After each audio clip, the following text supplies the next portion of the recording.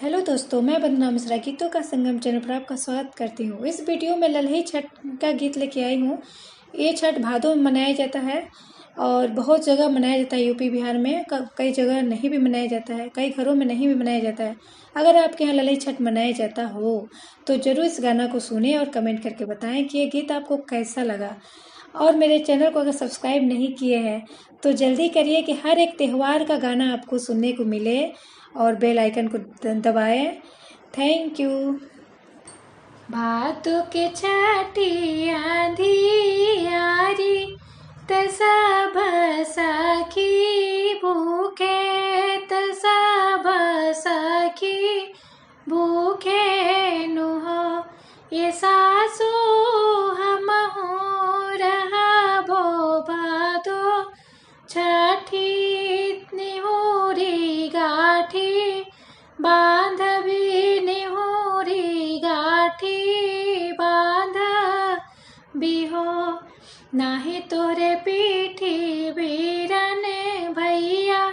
नाही हो लहुरा देवर नहीं हो लहुरा देवर हो ये बहू हो नहीं तुहरे गोदी में बालकवा के करे लागी छठी करे भूखे करी लागी छठी करे बूनी होरी गाठी बंधबून हो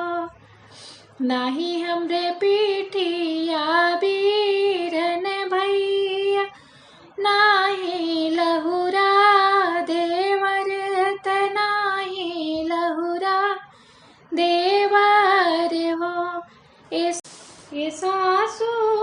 नहीं हमरे गोदिया बालकवा ओही ले खातिर भूखबो भूखबो निहुरी गाठी बंधबो निहुरी गाठी बंधबो नुहो छठी मैया होई है सहैया तदी है लालन मात दी है लालन मानु हो ए सासू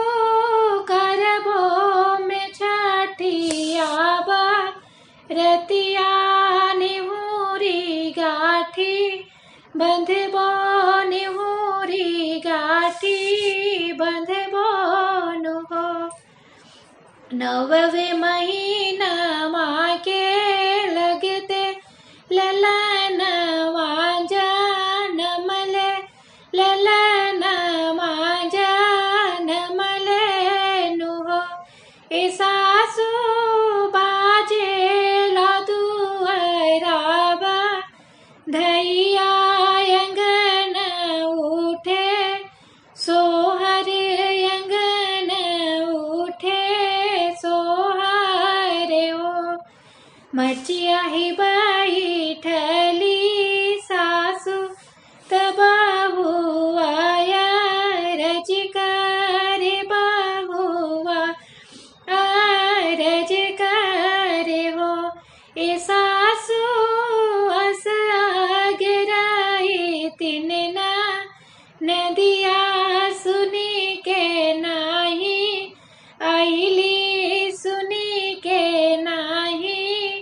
आईली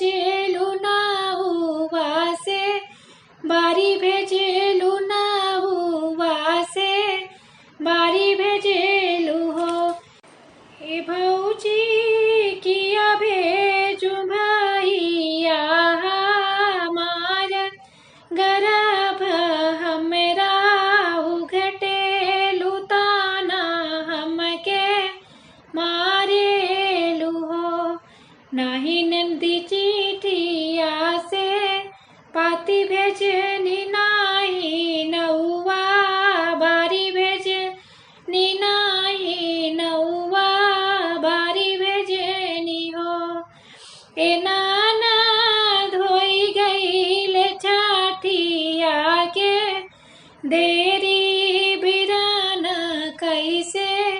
भेजी त भैया कैसे